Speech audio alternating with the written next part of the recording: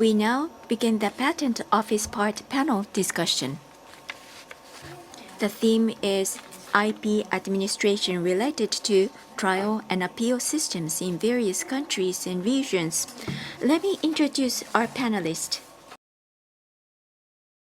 From the left side of the stage, moderator, Mr. Shogo Onishi, patent attorney, KSI Partners Law and Patent Firm.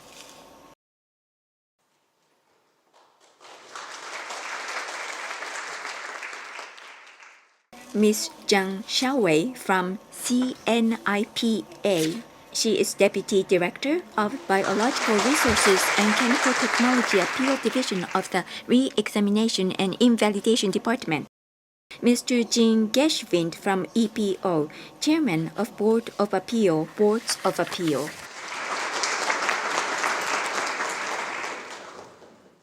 Mr. Atsushi Morifuji from JPO, Executive Chief Administrative Judge, Trial and Appeal Department. Mr. Ilgu Kim from MOIP, Chief Administrative Patent Judge of Board 5 Intellectual Property Trial and Appeal Board.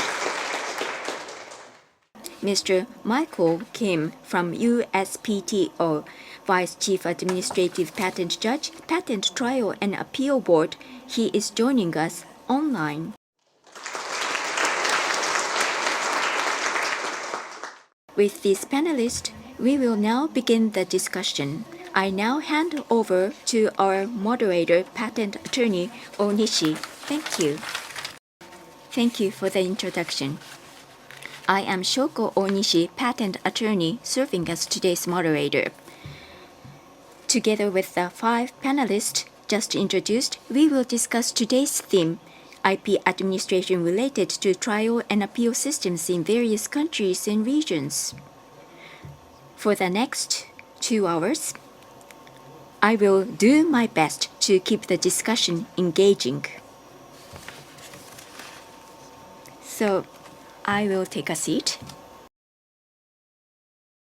As shown on the screen, this discussion has 2 parts. In part 1, we will introduce and compare the systems across various countries for post-grant procedures, trial for invalidation, opposition, and correction. In part 2, we will use a hypothetical case study, comparing practices on correction in each country and region. Today's panel discussion will focus on patents and the practices regarding the correction. So again, today's panel discussion will focus on patents. Now we move to part 1. The theme of part 1 is trial for invalidation, opposition, and correction.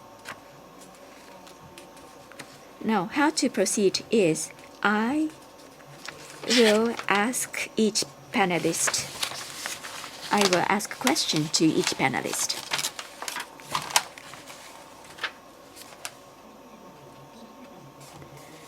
Now, you can see the overall explanation of invalidation system. And so the Korean Intellectual Property Office KIPO has been elevated to the Ministry of Intellectual Property MOIP, and the slide reflects this change.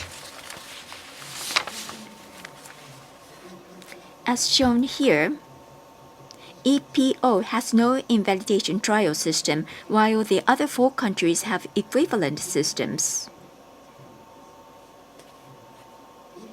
At the EPO, examination continues only up to the grant decision, and granting is handled nationally, but there is an opposition system.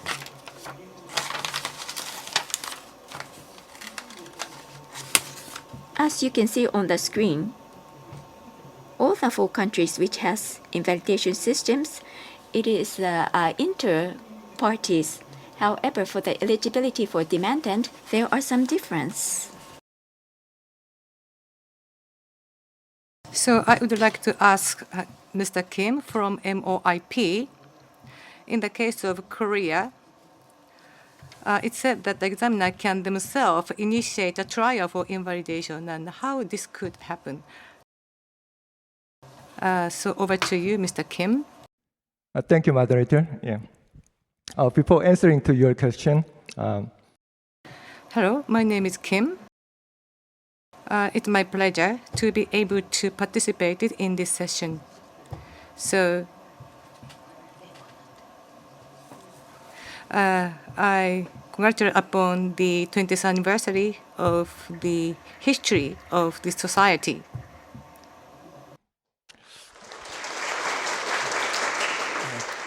This is the only Japanese that I can speak.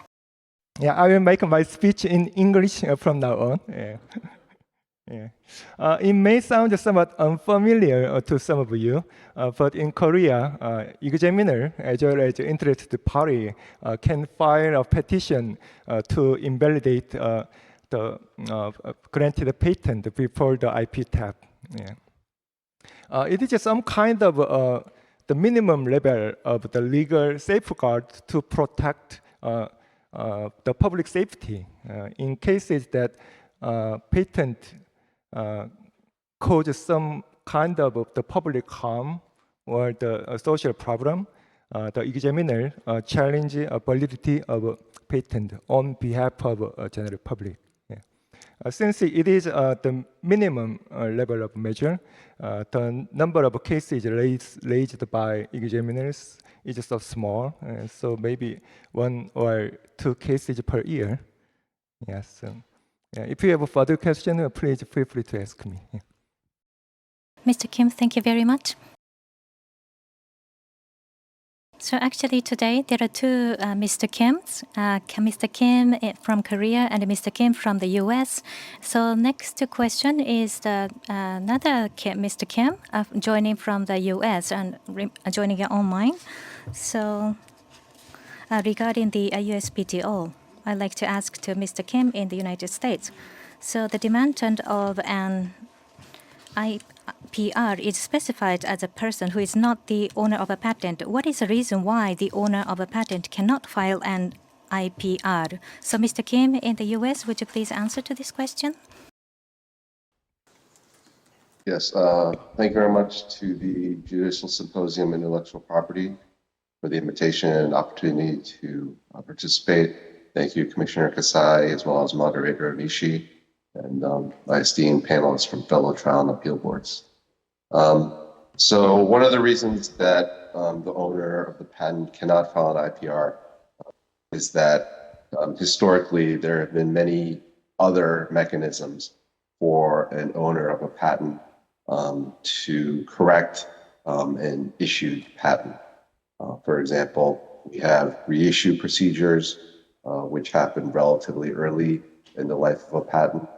And we also have an ex parte reexamination procedure that has been around for many years. And although any party can file an ex parte reexamination request, there are many patent owners who will also participate in that request. And usually the patent owners, when they are trying to correct their patent, they work with an examiner at the USPTO to either confirm or amend their claims. So this process really was meant to be limited to an inter partes process where we have third parties other than the patent owner having the opportunity to challenge the patent before the USPTO. Thank you. Mr. Kim, thank you very much. Now, I would like to ask a few questions. So, Ms. Jian from CNIPA, I have a question for you. In China, for an invalidation request, eligibility for demandant is defined as any entity or individual. Does this mean that in addition to interested parties, third parties with no interest may also file a request? And if so, what is the rationale for not requiring an interest? This is my question. Thank you. Thank you for asking. The reason is it is beneficial to better rectify erroneous patent grants and protect the public interest from the erroneous patent grants. And it also enhances the role of social oversight. Furthermore, the patent holders, it means the patentees themselves, can also initiate invalidation too, and then they can request to amend the claims, which functions as expert rejection procedures for modify the claims. Thank you. Thank you very much. There are various reasons. So it depends upon the nations which we are talking about. So China has its unique system.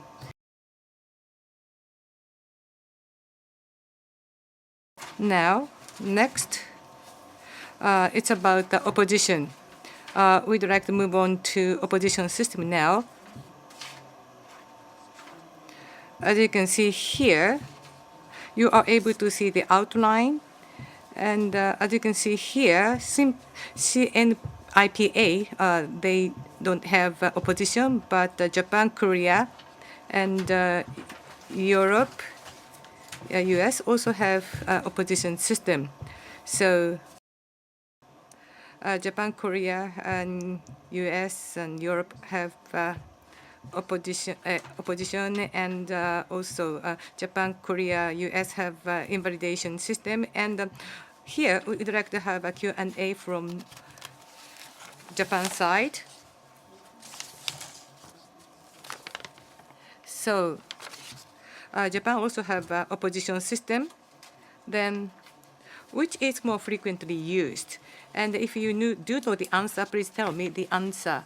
Mori-san, over to you. Thank you very much for your question. Now we are talking about the patent, therefore I would like to respond with respect to patent. Now in terms of volume, invalidation trial number is larger than, it's smaller in number than opposition. So in Japan, invalidation trial number is larger than the opposition system, excuse me, less than opposition system. So this is a recent number. And invalidation trial number around 100 cases annually in Japan, whereas opposition reads about 1,200 to 1,400. So when you look at the number last year, so there are a number of invalidation in particular technical fields. So last year, invalidation 2024, 186. So it was larger than the normal year. On the other hand, last year's opposition is more than 1,620. So actually, what are the reasons behind this? Of course, there are uniqueness and usage differences between the invalidation and the opposition. Now, regarding the reason of invalidation, it is to rectify the defects and stabilize the patent system. So, but opposition could be challenged by anyone. And also, opposition is an ex parte system. So, this is between one party and a patent office. Then for petitioner, it is easier for them to use when it comes to opposition, when it comes to invalidation system. And this is to resolve the dispute of the two parties. So it is inter-party mode. And it will take longer for procedures, and that would also costly for the petitioners and parties, and also when it comes to revoke, cancel, dispute would be argued in the district court. But in the case of the opposition, this is between the patent office. And when it comes to the invalidation, the plaintiff is the one party. Therefore, this is showing in the differences in number between the invalidation and then also opposition. Thank you. Thank you very much, Mr. Morifuji. So thank you very much for your comparison from the viewpoint of the JPO. Very insightful answer. Thank you very much. So next question is to Mr. Geshebind from EPO. So my question to you is, at JPO, proceeding structure of oppositions is ex parte, whereas at EPO, it is inter partes. So how are these proceedings conducted at the EPO? That is my question. Thank you very much for the question, and thank you very much for inviting me to present our work at the EPO. Our proceedings in opposition starts with notice of opposition, with the opposition division, what we call the first instance. The notice of opposition is filed by a competitor who wish to complain about the grant of a patent. And this notice of opposition has to be filed in a time frame of 9 months after the publication of the grant of the patent in the patent register bulletin. These proceedings are inter partes because you have in the proceedings the patent proprietor and the opponent or the opponents. The decision taken by the opposition division may be appealed from any party which has any interest in appealing, so it can be the opponent or the patent proprietor. Main differences between the opposition proceedings in the first instance and the appeal proceedings is that the opposition proceedings with the opposition divisions are considered as an administrative nature, and the proceedings with the boards of appeal are a judicial review of the decision of the opposition division. And here we apply also the rules of proceedings which are constructed around this concept of a convergent approach, about which I will tell afterwards. These proceedings in the opposition division are with the boards of appeal are two parts. Written proceedings first, it's the part where you file all your submissions, responses, and where rapporteurs are issuing communications. And then you have a part of all proceedings. This is a specificity also in proceedings in the EPO, because in the EPO there is a right for having all proceedings. Indeed, you can also renounce to have all proceedings, but in opposition proceedings, there should then be an agreement of both parties. You cannot play a strategy where you say, okay, I would avoid an oral proceedings, so the other party is impaired in any consideration. At every stage of the proceedings with the opposition division or the boards of appeal, acceleration of the proceedings can be requested. These can be requested by UPC, by a national court, but also by parties according to certain requirements indeed. And it can also be performed on the board's own motion. What I can tell you now more about the appeal proceedings is that indeed the important part is the preliminary opinion of the rapporteur. And in opposition appeal proceedings, the board is establishing, or tries at least to establish, schedule for the proceedings. And in this preliminary opinion, the board can choose only to address the issues as such, so to make a list of the issues to be discussed between the parties. It's considered to be a kind of litigation between parties. Or the board can also go more into the details of the issues and give a preliminary opinion about this or that aspect. It can be a novelty, inventive step, priority rights, etc., etc., substantive matters where difficulties are. And for the oral proceedings, we have a system which can be in person, but we have also installed a system of video conference, and with the video conference, we have also for opposition proceedings what we call a mixed mode, where parties can attend in person and the other party can join remotely.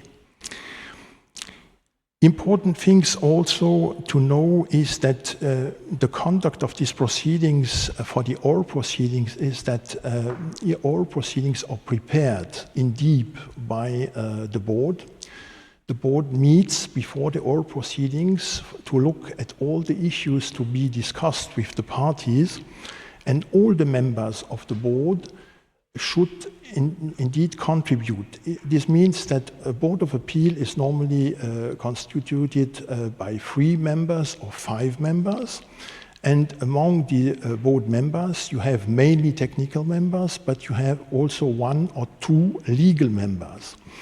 And the legal members also contribute to the discussion about technical aspects and have the same right to vote. A peculiarity in the Boards of Appeal is if there is a discrepancy and a disagreement between the rapporteur and the chair, it is the legal member who has the last word. So this is also the proof that the legal member has a huge importance here.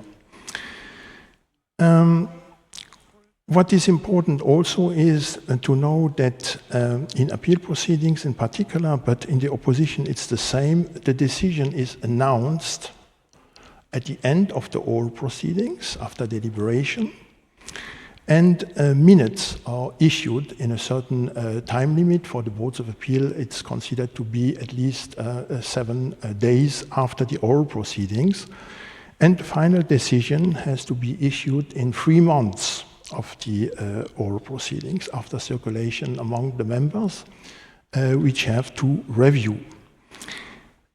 And I will end this presentation in a nutshell to tell you also that nowadays an appeal proceedings last normally 24 months. In opposition, for the opposition division, it's about 15 months. And indeed, we are endeavoring to shorten again these limits, these delays. So there is a project to go as close as possible and to 18 months in the future.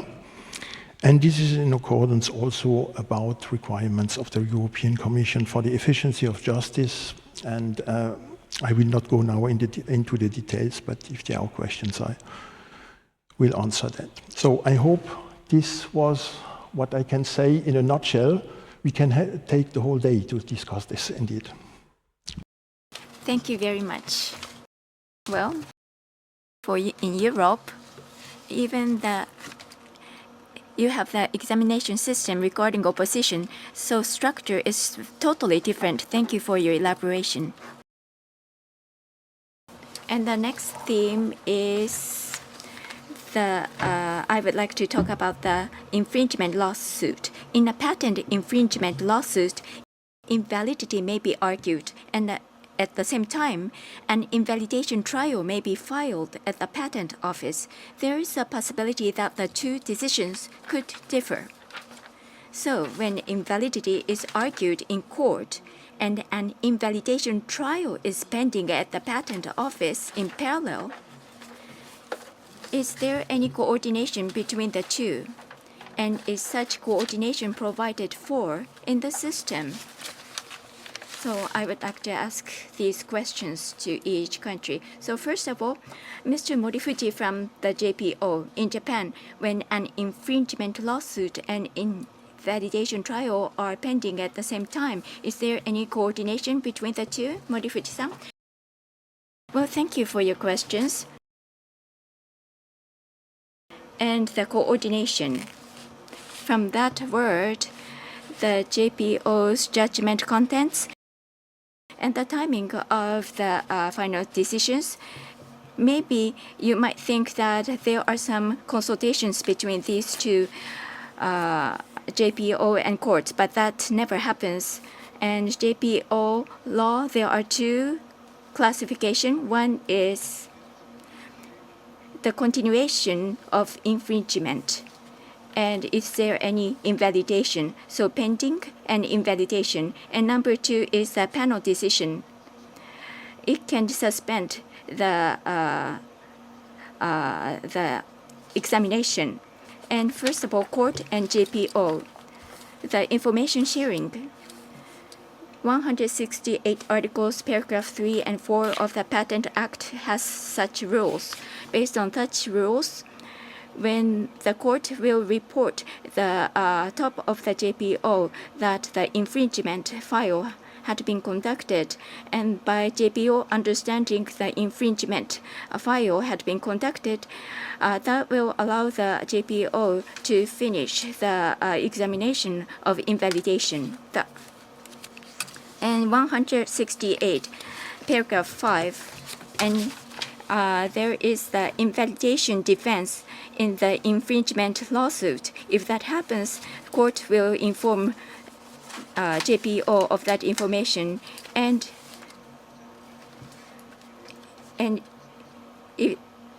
so the JPO has the right. It has its own right to do the proceedings and check the difference of the contents between the JPO and the court, and tried to minimize the gap of the decision between the court and JPO. And in the litigation, if there is a defense of the invalidation, if such information was gained by the panel ask the parties to submit the document to JPO. Sometimes the parties are not cooperative, and in such cases, 168 paragraph 5, based on that rule, gaining the agreement from the court, JPO can ask to send a copy of important documents regarding litigation. So the court infringement litigation and JPO invalidation examination, the panel can understand the contents, whether there are some difference. And the suspension of the examination is ruled by the act of the JPO. When the JPO consider it is necessary, they can suspend the examination. And it depends on the top of the JPO. So it's not mandatory based on my experience. Because of the litigation is continuing, there is no experience that we stopped the examination done at JPO. Thank you for your comments. So each country has different situation. Next, CNIPA Johnson, to you. So as you can see here, in China, validity of the same patent rights cannot be disputed simultaneously in both request for invalidation at the CNIPA and the infringement lawsuit in a court. What does this mean? Thank you for the questions. It means that in China, the courts does not have the authority to dispose the validity of the patent rights. The court cannot make determinations on the validity of the patent rights itself. If members of public or accused infringer wish to challenge the validity of the patent, the only way of the patent invalidation procedures is filing requests with CNIPA. And if the patentees or the petitioners is not satisfied with the results, they can initiate a lawsuit we call the administration litigation to the IP court. That's my answer. Thank you. Thank you for your comments. So the validity is not decided by the court in China. That is interesting. My next question is for Mr. Geschwind from EPO. Against the same patent right, when an opposition at EPO and an infringement lawsuit at UPC are co-pending, in that case, how are these proceedings coordinated? Are there any coordination between those two? Oh, and are they treated the same as proceedings before national courts in each country? So, Mr. Geschwind, please. Yes, thank you for the question. Obviously, in Europe, each jurisdiction is totally autonomous. This means that, for example, boards of appeal have their own autonomy, the UPC their own autonomy, and national courts also. So there can be no interference, but indeed we can say that at least decisions are taking along different paces. For example, for UPC it's 12 months. Nowadays for EPO it's 24 months, and for many other courts around Europe it might be even beyond 24 months. So we had to look for a tool, and this tool is named acceleration. And UPC, or a national court, but also a party or the board on its own motion, as I already said, can decide or request or decide to accelerate the proceedings. Actually, there are two aspects for the opposition proceedings. There is a notice of the EPO from the 7th November 2023, which deals with the acceleration, where if there is a request from UPC or a national court, for example, the opposition division will try to deal into a delay of 3 months to accelerate the proceedings. We have the same parallelism for the boards of appeal. There is a notice from the boards of appeal on accelerated proceedings, establishing the requirements to have these oral proceedings accelerated from 19th January 2024. Indeed, our rules are a little bit specific because there is also something which is enshrined in our rules of proceedings already. So it's easier for us to go ahead and to deal with this. And the acceleration can again be requested by UPC, by a national court, by a party, but under certain requirements are initiated on the board's own motion. What we have also to coordinate all this is that there is nowadays an agreement on data exchanges between registry from the EPO and the UPC. There are also possible contacts between national judges or EPC judges with the rapporteur, for example, or the chairperson, and indeed, again, this contact between registry. This is mainly not to discuss the substance of a file, but to discuss the time frame in which things may happen, and to inform, for example, UPC that the Board of Appeal is able to issue a decision in a certain time, where then the UPC can decide to stay or not the proceedings. Indeed, to finish this, it's clear that we have common interests, so we try to cooperate, we are cooperating, we probably will improve over the time the cooperation, because the common interest is to keep all the system harmonized. So there is no problem for this. We will probably manage. Thank you very much for your detailed explanations. And let's go on to next slide.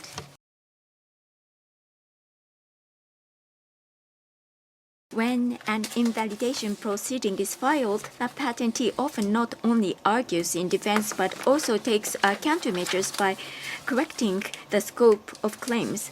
I would now like to discuss the formal requirements for such correction procedures. So, my questions, Mr. Geschwind. So you answered that in appeal proceedings, the period to file corrections become more limited. What exactly is restricted? Would you kindly explain this? Yes, indeed, I can explain this. We have a very strict approach about this.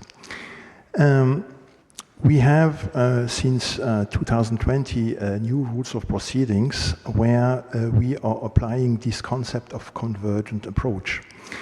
This means that we have 3 levels, and these 3 levels correspond to the filing of the grounds of appeal, then the time after the preliminary opinion issued by the board, and the third period is the period which is opening after the summons of the oral proceedings and during the oral proceedings.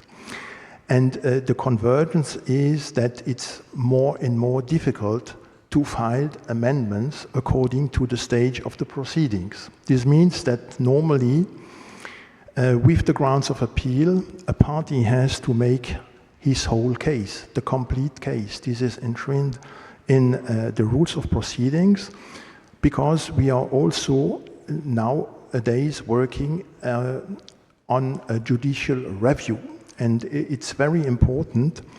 So with the grounds of appeal, normally a party has to make the complete case. This means that if there is any amendment, these amendments have to be filed at the stage of the grounds of appeal, and there should be also a link between these amendment files and an explanation, what is the relationship with the decision which is imposed.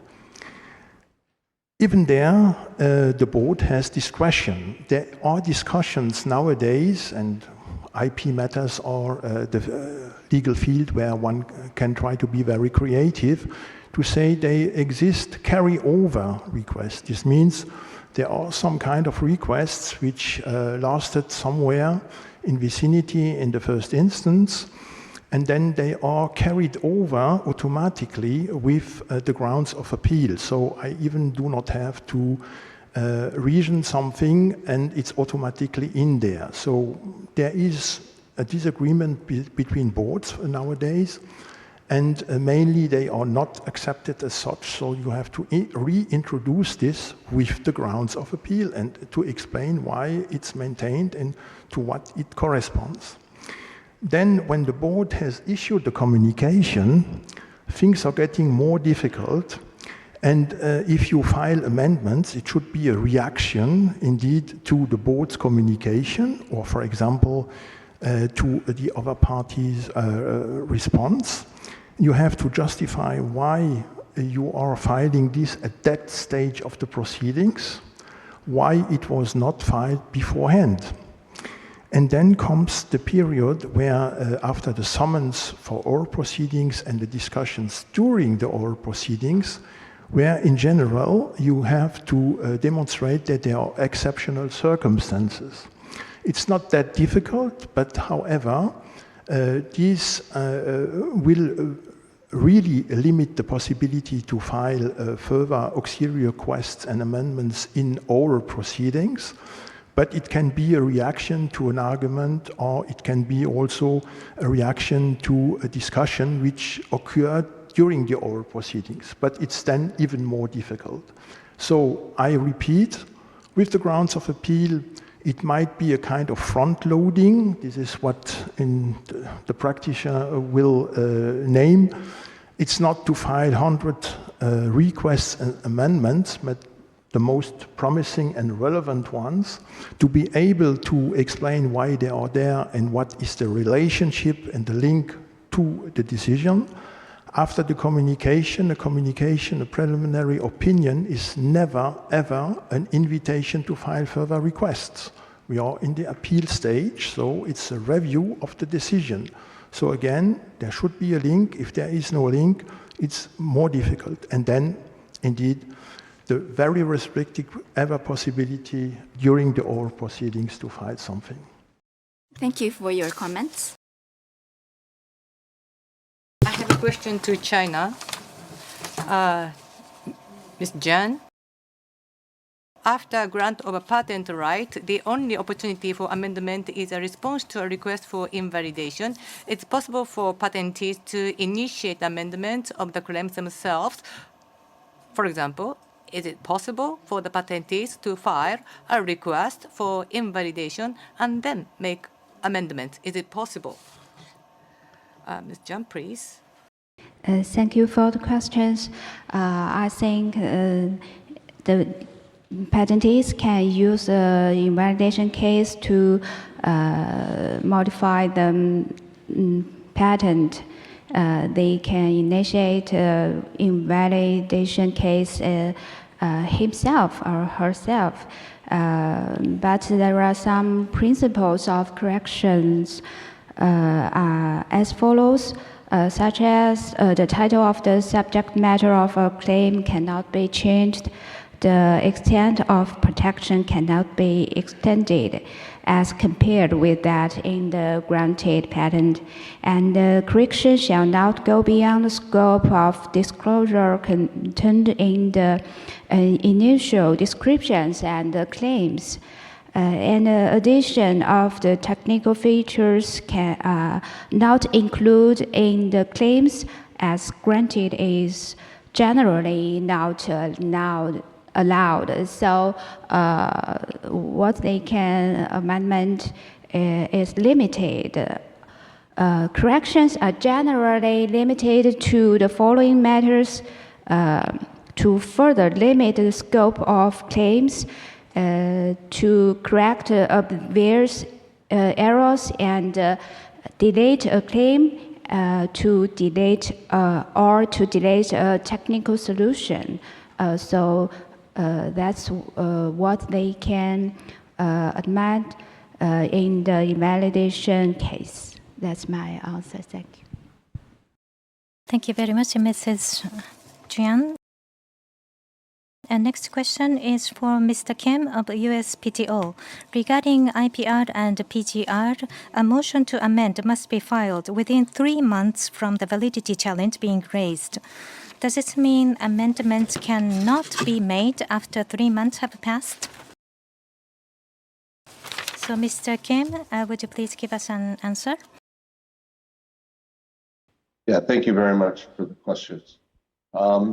So a motion to amend is a motion, meaning that it is a request from the patent owner to amend the claim. However, because it is a motion, it is not actually entered until all the requirements for patentability are adjudicated and then evaluated at the end of the proceeding. So by right, the patent owner does have one opportunity at the 3-month mark to file a motion to amend. However, for the past couple of years, we had a pilot program and then formalized into rules that after the patent owner files a motion to amend, they can request what's called preliminary guidance from the board. And so there, the board will take a look at the proposed amendment and provide preliminary guidance as to whether they think that the requirements are met. And if they do not think the requirements are met preliminarily, for example, because it doesn't overcome the art of record, the patent owner then does have an opportunity to file a second motion to amend, taking into account the preliminary guidance. And there are perhaps circumstances where patent owner can request a further motion to amend. However, those situations are pretty rare and really would have to involve exceptional circumstances. In fact, I'm not really aware of one there. However, a second motion to amend that I mentioned after preliminary guidance, that is pretty common. About, I'd say, 90% of patent owners request preliminary guidance, and quite a few of them do file a revised motion to amend based on that preliminary guidance. Thank you. Thank you very much, Mr. Kim. Next. So I have the questions to Mr. Kim from the MOIP. Like the JPO, the MOIP has a trial for correction system intended solely for corrections. How many such trials for corrections are requested annually? And what percentage of these requests occur when infringement lawsuit is co-pending? Thank you. Thank you for your question.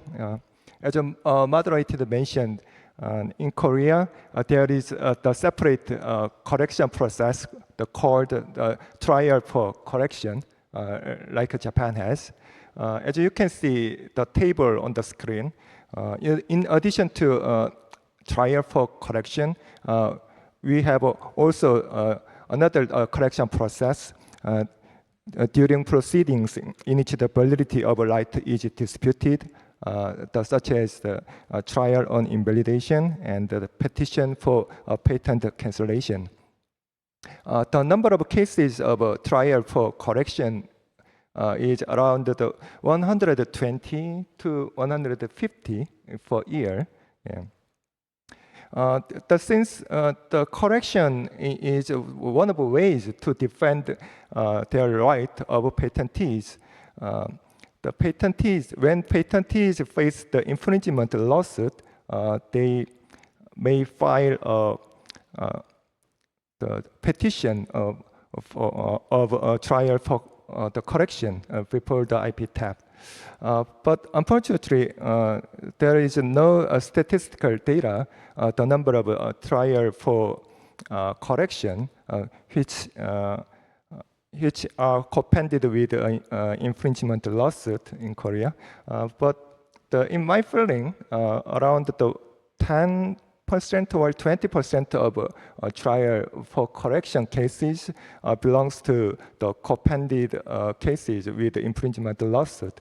So maybe 20 or 30, around 20 or 30 cases of trial for corrections would be related with the infringement lawsuit in Korea.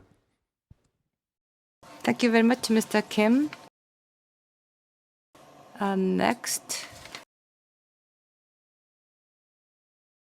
Now, we'd like to discuss a substantive limitation in the case of Japan, and my question goes to Fujimori-san. And, well, it is not allowed in Japan, but what about in Japan? Well, according to Japan, so is it based upon the specification at the time of the file or at the time of the description? Well, if it is just a clerical error, it was at the time of filing or drawing at the time of the filing. So it's based upon the disclosure at the time of filing. So it's the same as EPO. But other purposes in terms of correction, such as a narrowing. So a patented drawing and patented specification is the scope. So if it's a narrowing, it's at the time of the filing, and the filing disclosure is a basis. So for example, at the time of the filing, then if you need to delete a part from the drawing, then the drawing, and if the specification based upon that drawing, then well, you are not able to recover the narrowed portion. So besides the clerical errors, correction, this case is different from EPO. So the reason why the drawing at the time of registration is the basis, well, patent. Well, we issue letter, and then that information is published. Then that is the basis. So that is my answer. Thank you very much. Thank you very much, Mr. Morifuji. Next question is from Mr. Kim of MOIP. So, is it possible in your country to correct mistranslations? So, does this fall under the category of the correction of clerical errors? So, Mr. Kim, please. Okay, the answer of this question is just so simple. Yes, it is. Yeah, to correct mistranslations fall under the category of rectification of clerical errors. Right, it's right. Okay, thank you very much. So maybe our question was, maybe we were thinking about much too deep, maybe. Okay, thank you very much. Next, question 3 to the United States. Mr. Kim from the USPTO. You answered that amendment must respond to a ground of unpatentability involved in the trial. So, does this mean that when an IPR is requested on the ground of non-obviousness, and amendment for other reasons, such as correcting clerical errors, cannot be made? Mr. Kim? Thank you very much for the question. So yes, as a literal legal matter, because the amendment must respond to a ground of unpatentability, yes, if there is an obviousness challenge, the amendment really can only be responsive to the obviousness challenge and cannot correct things like clerical errors. However, as I noted before, there is usually in our process, after the patent owner files a motion to amend, they will request preliminary guidance from the board, and also the petitioner oftentimes will file an opposition. And when they do that, for example, for clerical errors, the board may point out the clerical error because it makes something indefinite because of the way the claim was written. And that's also perhaps a challenge that the petitioner may bring as well. So if the ground of unpatentability is brought into play either by the preliminary guidance or by the petitioner's opposition, then at that point, the patent owner could file a revised motions to amend that corrects that clerical error. But as a literal legal matter, if that does not occur, then yes, they could only respond to the obviousness ground and nothing else. Thank you. Thank you. So this is to China, Ms. Jian. So as you can see, so deletion of technical solution, deletion of technical solution. So what does this mean? What does this mean? I think I don't know I think in some country there is not a concept about technical solutions. So let me give a simple example, such as there is a claim that requests protection for a chair characterized by having 3 or 4 legs. There are 2 parallel technical solutions here. One is a chair with 3 legs, and the other is a chair with 4 legs. And you can delete one of them in the invalidation case. So that's my answer. It's just like the embodiment in the descriptions, but this conception just in the claim technical solution. Thank you very much. Now it's clear.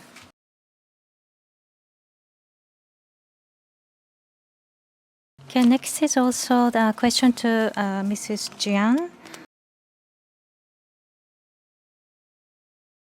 So, as a requirement for the correction at the CNIPA, it seems that you have a little different, requirements from other countries. So, actually, there are two questions. The first question is the technical features not included in the claim. It is not possible. So, does that mean that including the dependent claims, so the matters that is not specified in any claim?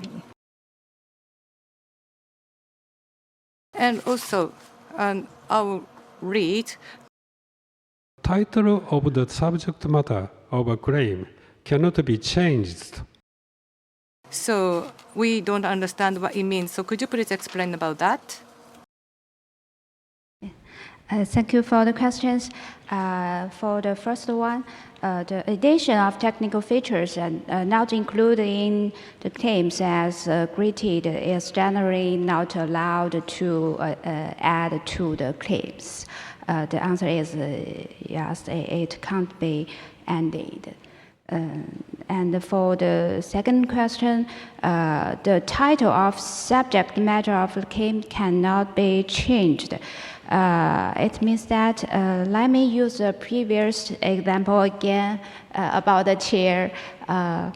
The title of the claim is a chair, and you cannot change it to chair legs or some method of manufacturing of the chair, so you cannot create an amendment about the title of the subject. Thank you very much. So maybe when we discuss examples, I would like to ask more questions to you later. So now we are a little behind the time. So I think we have come to the end of the part 1. So now we are moving on to the part 2. So in the part 2, part 2 is a case study based on a hypothetical case. So based on the hypothetical case, so what kind of corrections would be made in each country? So we'd like to discuss that. So the assumptions is that the corrections after the patent is granted. So as you see on the screen, specifically the trials for invalidation. So that's the corrections for the opposition we will be discussing. So hypothetical case is, as you see, the configuration of the shaving razor. So let me just briefly explain this. So the full description on this case is attached at the end of the presentation material. So, and also this will be can be accessed on the website on the later date. And then this hypothetical case, we referenced an actual product, but it is an original case created by the organizer. So it is not based on any existing patent application or publication. So this is about the shaving razor. So here the shaving razor comprises a handle portion 10 and connecting member 20 attached to the upper end of the handle 10 and a head 30 attached to the connecting member 20 and a blade cartridge 50 that can be attached to and detached from the head member 30. On the upper part of the handle 10, the connecting member 20 is attached so that it can pivot freely in the left-right direction, and on the connecting member 20, the head 30 is connected to pivot freely in the front-rear direction, arrow B direction. As a result, the blade cartridge 50 can pivot in the left-right and front-rear directions relative to the handle 10, and the blade cartridge 50 comprises a support member 51 configured to be attachable to and detachable from the head 30, and that that is made with resin, and 2 blades 55 that are fixed to the support member 51. With this configuration, a patent application for the shaving razor was granted, and after that, a request for corrections is made. So we would like to see what types of corrections are acceptable in each country. So with a specific example, we'd like to discuss. So first, case 1. So the description states, so the correction that is not explicitly stated in the description. So in the description, it said that the number of blade 55 is not limited to 2, and more than 2 blades may be used. In particular, using 2 or more blades results in high shaving efficiency. Furthermore, considering miniaturization and manufacturing cost, it is preferable that the number of blades is 6 or fewer. So regarding the correction based on this statement, so as you see on the screen, so you see after the correction, you see red letters, wherein the blade cartridge has 2 to 5 blades. So before there was no number 5, but it only said that 6 or fewer. But this correction can be acceptable now. I'd like to ask each of you. So I'd like to ask all the panelists. So in alphabetical order. So starting with China, Ms. Jian.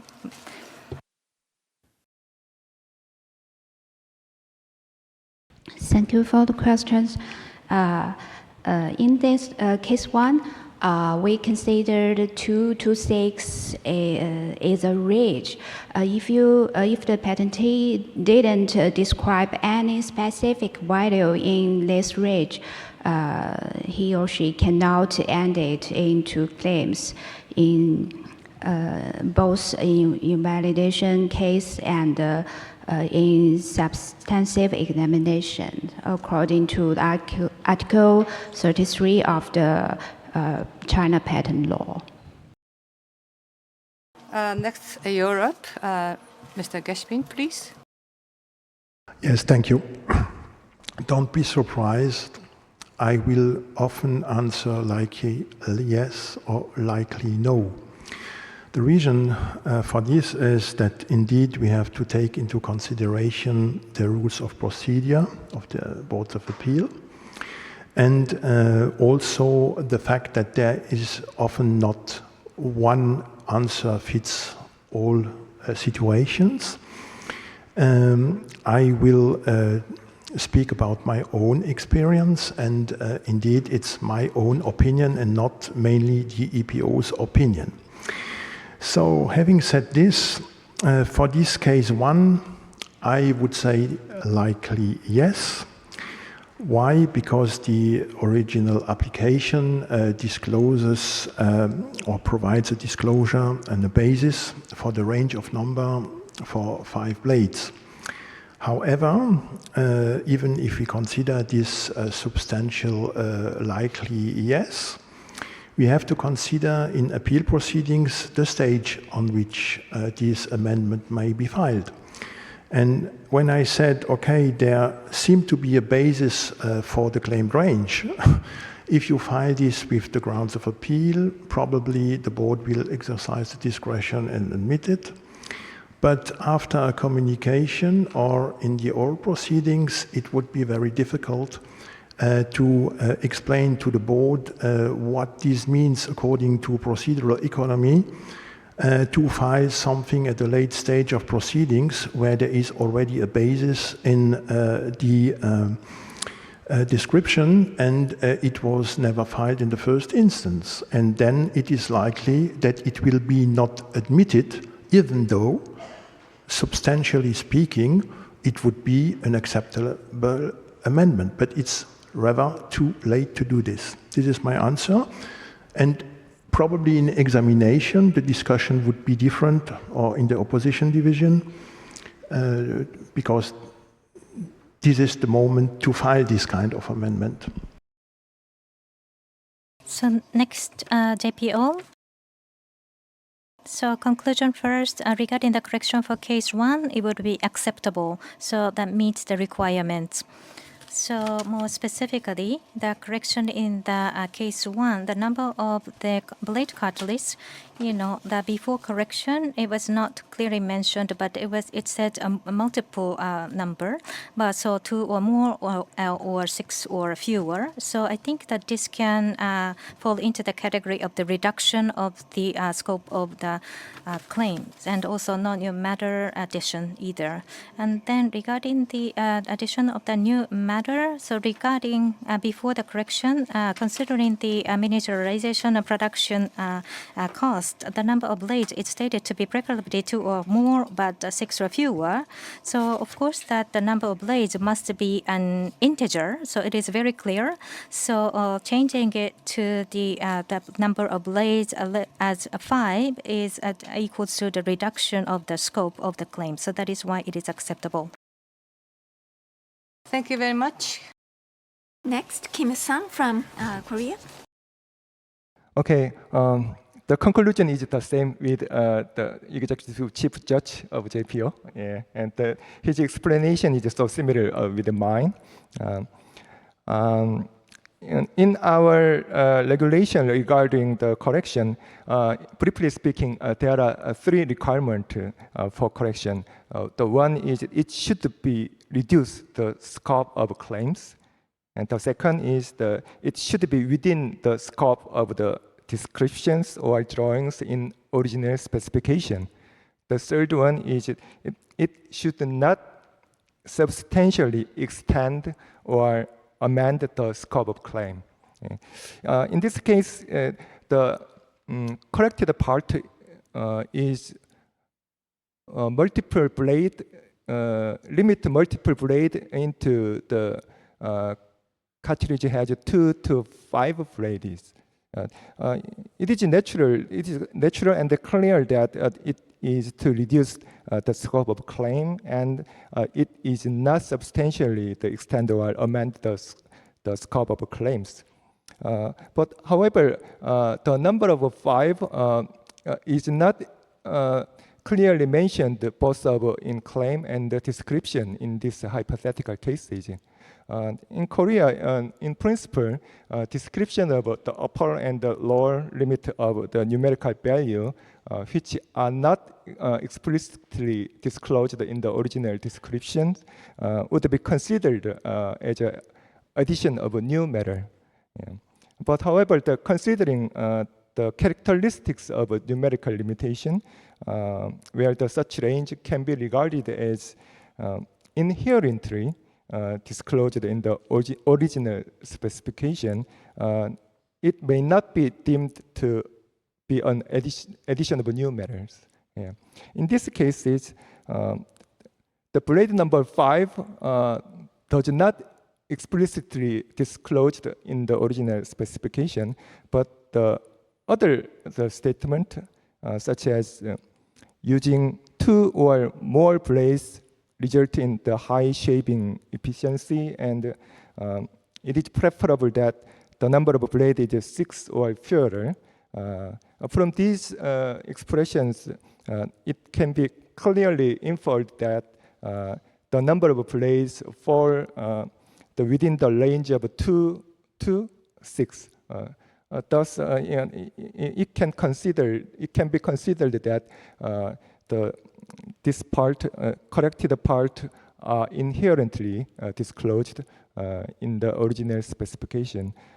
Therefore, in Korea, this kind of the correction can be allowable. Thank you very much, Mr. Kim. Kim-san, Mr. Kim from USPTO. Yeah, thank you for the question. My response is very similar to JPO and MOIP. This amendment is likely acceptable. It narrows the scope of the claim, which is required by statute and regulation. And although the number 5 is not explicitly disclosed, because it does say more than 2 and 6 or fewer, one of ordinary skill in the art most likely would have realized that 5 was within the scope of the written description. Thank you. Mr. Kim, thank you very much. So actually, these questions have been sent out to each panelist, and we have received the answers in advance. So I'm showing you the summary of the answers, and this will be available on the JSIP2025 website on a later date. So now moving on to the case 2. So let me read out the specification.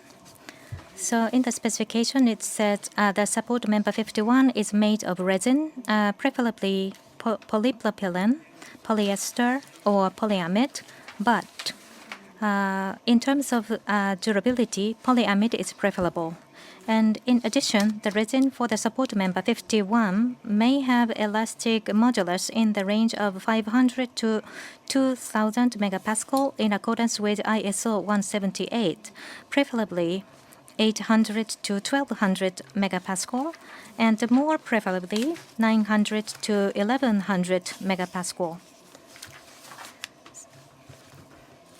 So the correction is based on the stated description.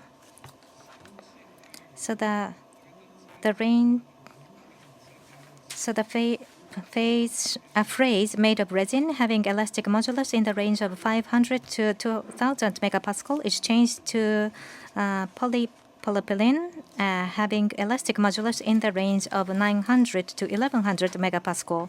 So let me ask each panelist whether such correction is acceptable or not with your reasoning. So in the alphabetical order again, so from China, Mrs. Jian, please.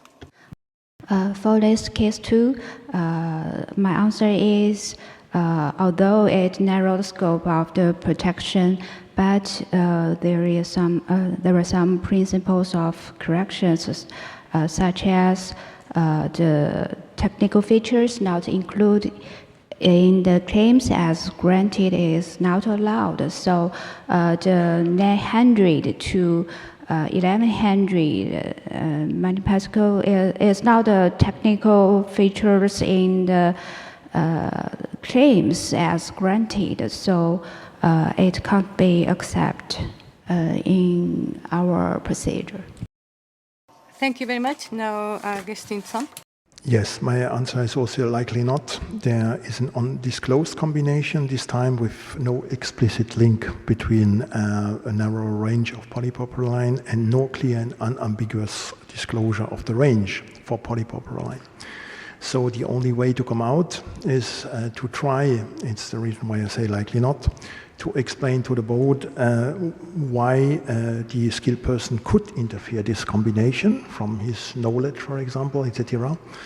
But it appears to be very difficult. And again, my disclaimer about the stages of the proceedings in the appeal, so likely no. Thank you very much. So next is to JPO, Morifuji-san. So case 2. So my conclusion, my answer for this correction in case 2 is likely acceptable. So the corrections in the case 2, so the materials for the supporting member, so the resin before correction is more specified to polypropylene with the elastic modulus. So the a physical property is also made specific. So I think that this is reducing the scope of the claim, and that it's not the extent in the scope. And also regarding the addition of the new matter, so considering technical common knowledge, we will need to look into carefully. But in the specification, the elastic modulus of 900 to 1100 megapascal, so it's not directly said that the polypropylene has this elastic modulus. However, so considering, so thus, if there are no special circumstances where polypropylene cannot achieve an elastic modulus within this range, it would be considered problematic. It would not be considered problematic. So my view is that, probably a polypropylene's elastic modulus is higher than 650, and then based on depending on the composition, it can go further than 2000. So it means that the range between 900 to 1100 megapascal is the appropriate range for polypropylene. But on the other hand, considering the common technical knowledge, if the correction is made to the range where the polypropylene cannot achieve, so in that case, it will not be acceptable. So that means the addition of the new matter. However, with this range of this in this correction, I think this will be acceptable. Thank you, Moriuchi-san. Next is Mr. Kim from MOIP. My observation about this second case is also very similar with Chief Judge Morihuji's opinion. Yeah. But basically, this correction consists of two parts. The first one is the limitation of a type of material, polypropylene from resin, and the second one is a limitation on the physical property of it. Fortunately, each of the limitations are revealed in original specification, but the combined part of both limitation, that is the polypropylene having elastic modulus in the range of 900 to 1100 megapascal, is unfortunately is not disclosed in the original description. So it is very similar with the first case that the correction which are not explicitly disclosed in the original description. In this case, even though the both combined limitation is not explicitly disclosed in the original specification, the combined limitation cannot represent the technically impossible configuration at the level of the common technical knowledge. In other words, it is possible for polypropylene to have an elastic modulus of 900 to 1100. Moreover, the combined limitation does not give rise to any unexpected technical effect. Thus, it can be regarded as inherently disclosed in the original specification. Therefore, this correction will be allowable in Korea, I think. Thank you. Thank you very much. Now, USPTO, Mr. Kim, over to you. Thank you.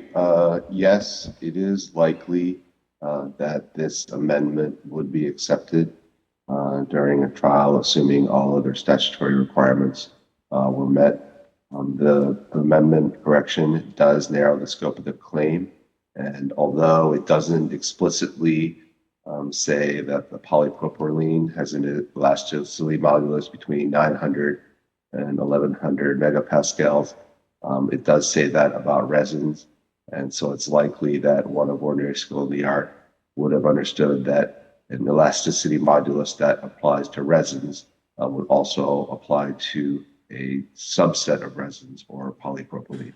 Thank you. Thank you very much. So to this question, in the case 2, we have received answers prior to this session, and this also will be published on a later date for your reference. So next, we would like to move on to the case 3. So the specification states the connecting member 20 is attached on the upper part of the handle 10 so that it can freely pivot in the left-right direction, arrow A direction, and the head member is attached to the connecting member 20 so that it can pivot freely in the front-rear direction, arrow B direction. Then this structure allows that the entire surface of the blade cartridge 50 to come into contact with the surface of the face during shaving, enabling smooth shaving. This provides an effective description.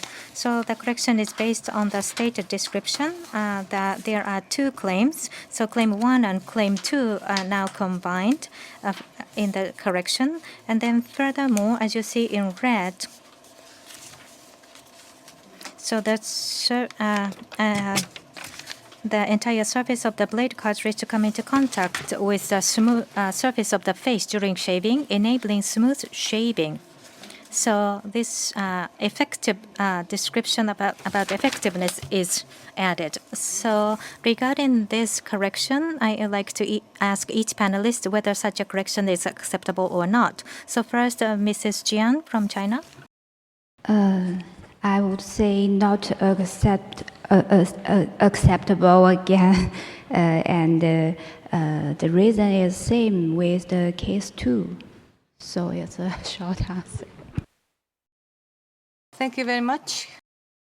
So over to you, Mr. Geschint. Thank you.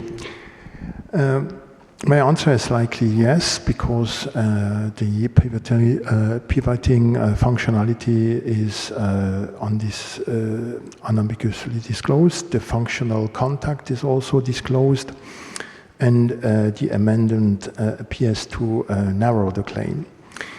Again, a disclaimer about the stage on which this is filed, and I make also an observation, taking a feature, for example, in the appeal stage from a dependent claim to put it in the main claim is a difficult exercise when you are doing this during an advanced stage of the appeal proceedings again. So one should be very careful, but likely yes.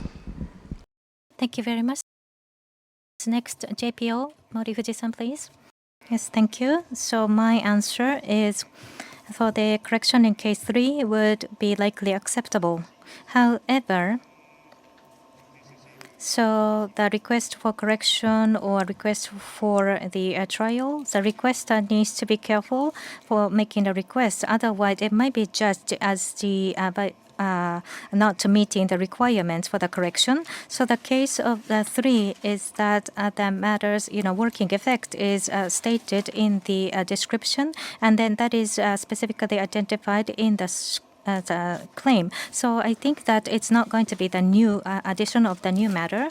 However, for the objective, by specifying the working effect is specified. However, the invention before the correction, claim 1 and claim 2, if that invention is made more restricted. So if it's restricted more, it will constitute the reduction of the scope of the patent. So that means that it will meet the requirement. However, the correction in case 3 is if the configuration that can achieve the working effect that can, so and then not restricting the scope of the claims, in that case it might be judged not to fall under the requirement of the reduction. So therefore, in that case, not acceptable. So the patent owner who is requesting for the correction and by adding the working effect, so if the scope of the patent is reduced or not. So that patent owner needs to be able to explain specifically. So for example, in the claim 1, so the structure of the blade cartridge is not identified at all, but during the shaving, only the part of the blade cartridge might contact into the surface of the face. So it might be the possibility. So the part of the blade cartridge, so the structure needs to ensure that the whole part of the whole surface of the blade cartridge has the contact with the safe. And then if that scope is reduced after the revision, I think that can constitute the requirement of the reduction. So when I thought about this case, so I did not think of any specific example of myself. So, but then I thought about if I were in a panel, that would be the judgment. And then, so in this case, so if we can regard that this constitutes the reduction of the scope, I think it would be acceptable. So that is my answer. Thank you very much. So next, Mr. Kim from MOIP. So the same question. Thank you. The correction of the case 3 is an example of the addition of a so-called function or the working effect. In principle, in Korea, the adding the function or working effect as a correction is not considered as allowable the correction because when I explained it in the case number 1, one of the requirements of our regarding the correction is it should be to reduce the scope of claims. But in Korea, the adding a function or the working effect is not considered to reduce the scope of a claim in principle. However, in this case, the added part in the red colors text on the screen can be considered as an effect arising from the structural element which was described above. Added the function or the working effect in these cases can be interestingly included at the function of the structural element. But however, for example, the last part of the corrected the part, the enabling the smooth starving can be made by a different structure or element. So if no clear causal relationship can be established between the limitation in the claim and the effect of the enabling smooth shapings, the corrections will not be accepted in Korea. Thank you very much, Mr. Kim. Now, USPT, Mr. Kim, over to the same question. Thank you. Yes, it is likely that, in our opinion, that this claim amendment would be acceptable. However, the treatment of it is very similar to what my colleague from MOIP said, is that this is a functional limitation. And so, there is a question of whether it does actually narrow the scope of the claim. Here, it does appear to, and the effect, the functional effect, is set forth in the written description. So it seems fine, and that it also meets all the other statutory requirements. However, that is one aspect here that does make this case a little bit tricky. Thank you. Thank you very much. Yes, as you said, this might be a tricky question and a tricky case. Okay, so the summary of the answers to these questions are shown on the screen, and this will also be made available on a later date on our website. So next, we would like to move on to the case 4. So to see the correction of this case 4 is to add a part of a configuration in claim 2 to claim 1. So let me explain. So before the correction, so the description in claim 2 says that it can cover. So it said it can pivot in the left to right direction relative to handle is added to that claim 1. So this red portion is moved to the claim 1 from claim 2. So that is what this correction makes, and then the remaining configuration remains in claim 2. So as we have seen the answers, so in China, correction is limited to the claims, and adding technical features not included in the claim is generally not acceptable. So from the cases 1 to 3, so the corrections would not be acceptable in principle in China. So if within the scope of the claims, this case is a correction within the scope of the claim. So I would like to ask to Mrs. Jian of the CNIPA whether such a correction will be acceptable or not. Thank you for the question. Finally, the answer is acceptable for case 4, and because there is the same technical features in the dependent claim 2. So according to our guideline, the patentees can make these corrections during the invalidation case. And I want to explain why we have this principles, because there are too many technical features in the descriptions.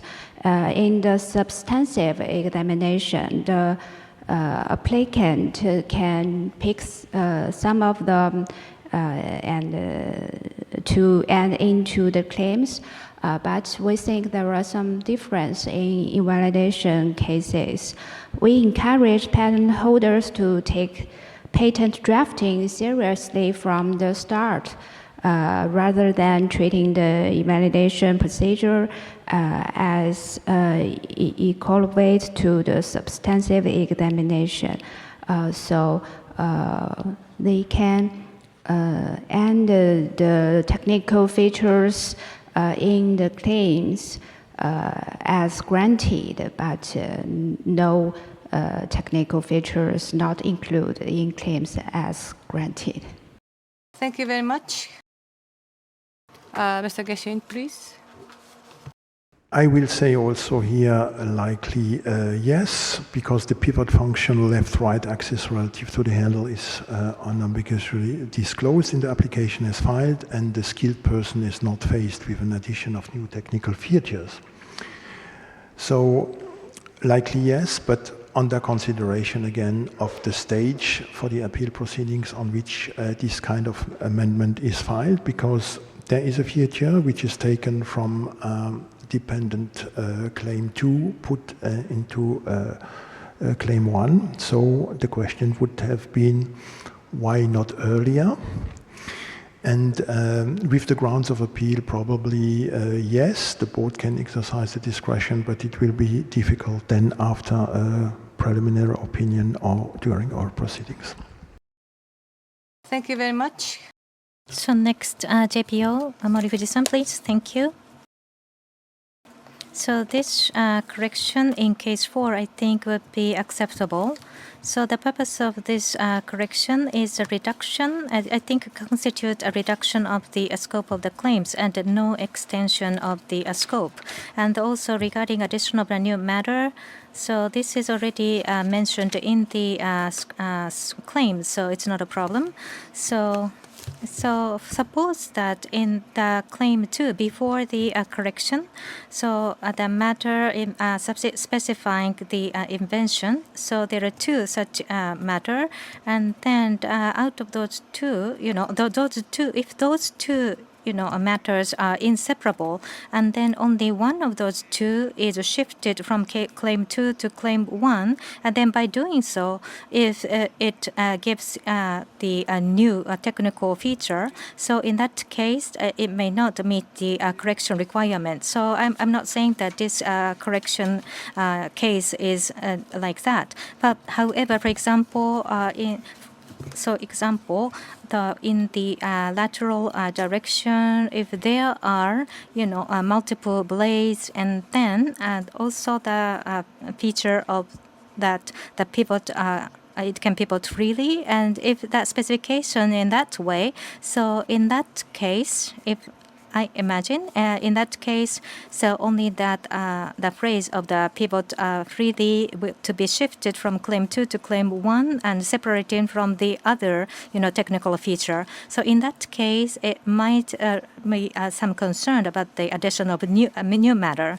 So, but as I said earlier, in this hypothetical case, I don't think that this constitutes the addition of the new matter. However, depending on how it is described and the inseparability of the new matters, that it may not be regarded as unacceptable. So thank you very much. Next, Kim-san from Korea. like other countries, the correction will be allowable in Korea as well, because the element deleted from the claim 2 and merged into claim 1 have no technical relevance to the other features remaining in the claim 2. Accordingly, the incorporation of such features into claim 1 does not result in any substantive change to both claims. Thus, this correction will be allowable in Korea. Thank you. Thank you very much. Now, next, USPTO, Mr. Kim, over to you. Thank you. Yes, like my other colleagues, this claim amendment is probably acceptable because the focus right here is on the independent claim, and you are importing a feature from the dependent claim that does narrow the scope and the independent claim, so it's probably fine. There is perhaps some issue of what then happens to the dependent claim. Does it survive? Does that also have to have its scope narrowed? It sort of depends where in the process and what challenges are out there and what claims are at issue that may come into play. But that's the only other observation I have. Thank you. Mr. Kim, thank you very much. So I think we have received the answers from all the panelists. So this answer to this case also have been received in advance, and that you see the key points on the screen. So this will be made available on the later date on the website too. So now moving on to the case 5. This is about the shifting the numerical range. So you see the actual correction example. So as you see, before correction, so it says that the elastic modulus in the range of 500 to 2000 megapascal for the resin, and then it is corrected to the range of 800 to 1200 megapascal, and so the lower limit will be restricted, but the upper limit is extended. So 1200 megapascal, this number, as I explained earlier, is not mentioned. It is mentioned in the original specification. So based on this, whether this correction is acceptable or not, so I would like to ask each panelist for this. So first, China, Miss Jian, please. For this case 5, it can't be accepted any technical features that only was stated in the descriptions, but not in any granted claims. And furthermore, the range extends beyond the claim as granted. By reading the claims in patent documents, the public can understand the scope of the patent protection, thereby regulating their own production or manufacturing activities to avoid infringing on other patent rights. So if the patent holders are allowed to expand the scope of the patent protection through amendments, it may turn previously non-infringing projection into patent infringement. It would place public in a state of uncertainty, undermine their trust in the announcement of CNIPA. So I think that's my answer. Thank you very much. So it seems negative. Now, Mr. Geshavint, I think it's also very stringent in Europe. So. Yes, my response will be negative here. We have clearly to apply Article 1233 of the EPC, and the upper range, 1200 megapascal, extends beyond the claim as granted. So In addition, in the appeal proceedings, it is likely that the board will even not deal with the substance and deal with admissibility of this kind of amendment and declare it not admissible. However, also another observation, we are speaking about post-grant proceedings. Indeed, such kind of amendment might likely be acceptable in examination. So it has to be discussed because it's not granted for the time being in examination. But here, clearly no. Yes, thank you very much. Yes, I was expecting that it would be negative, but next, JPO, please. Okay, thank you. So the correction in case 5 would not be acceptable in JPO either. So regarding the claim 1, the lower limit is 500 and then changed to 800 with this collection. And then regarding upper limit, changed from 1100 to 1200.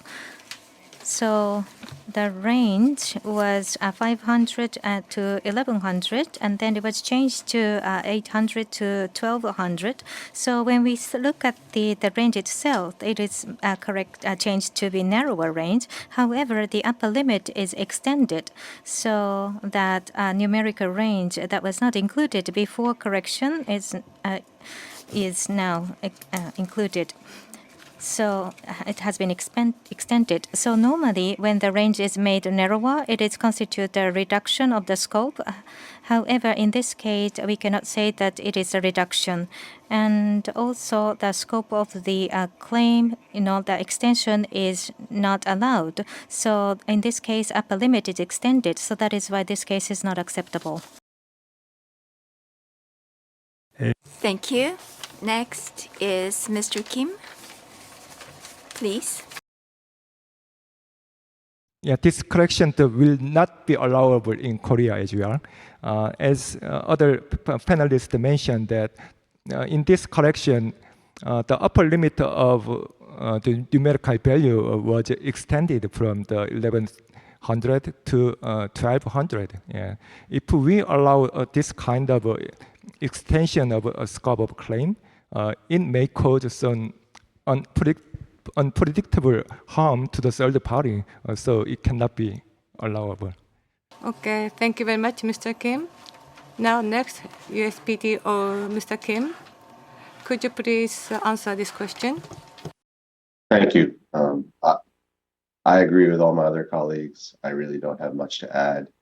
The only forum, I think, at the USPTO where this would be allowed after for an issued patent is perhaps very early when the patent owner could file a broadening reissue.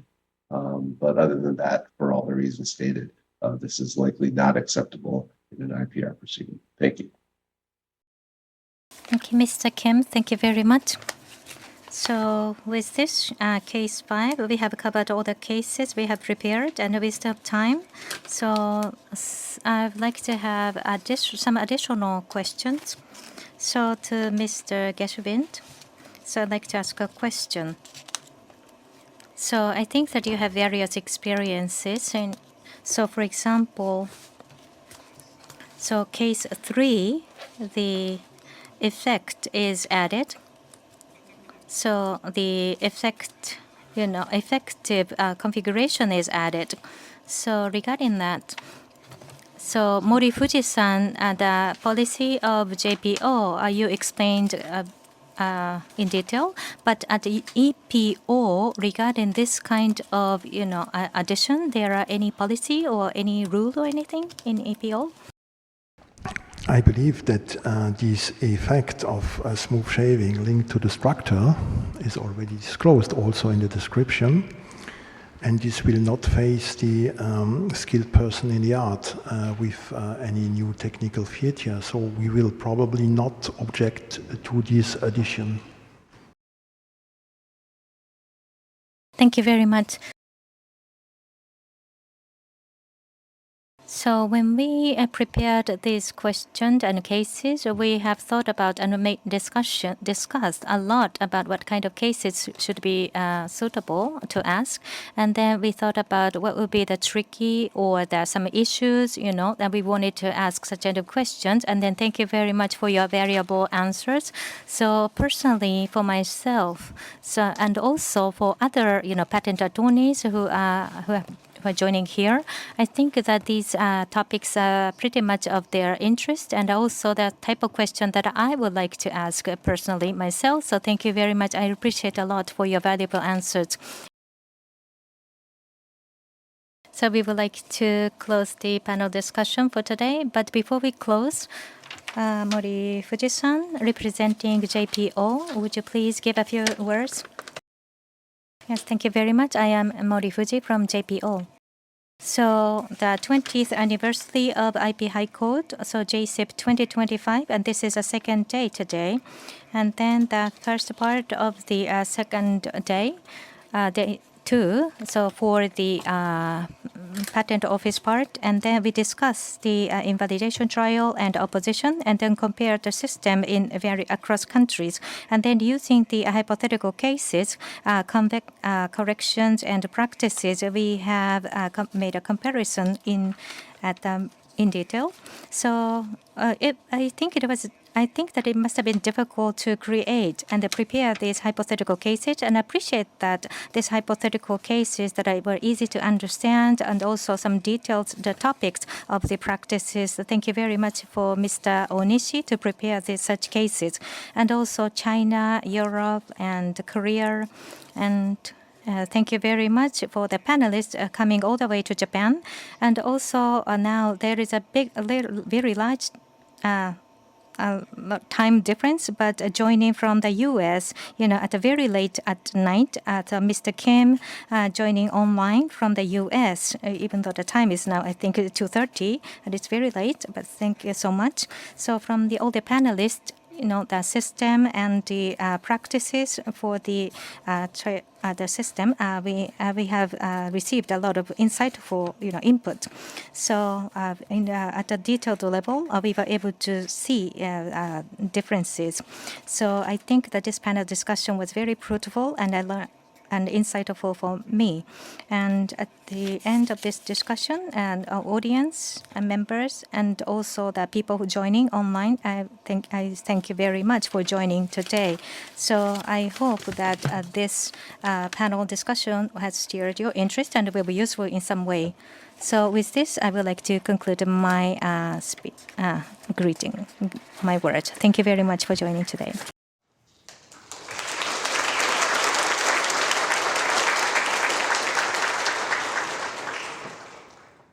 Thank you very much. So with this, we would like to close this panel discussion. So to the panelists and Mr. Kim from the U.S., thank you very much for joining at a very late at night. So thanks to your cooperation, we were able to successfully close this panel discussion. Thank you very much. This concludes the panel discussion on the IP administration related to trial and appeal systems in various countries and regions. Thank you all the panelists for joining us today.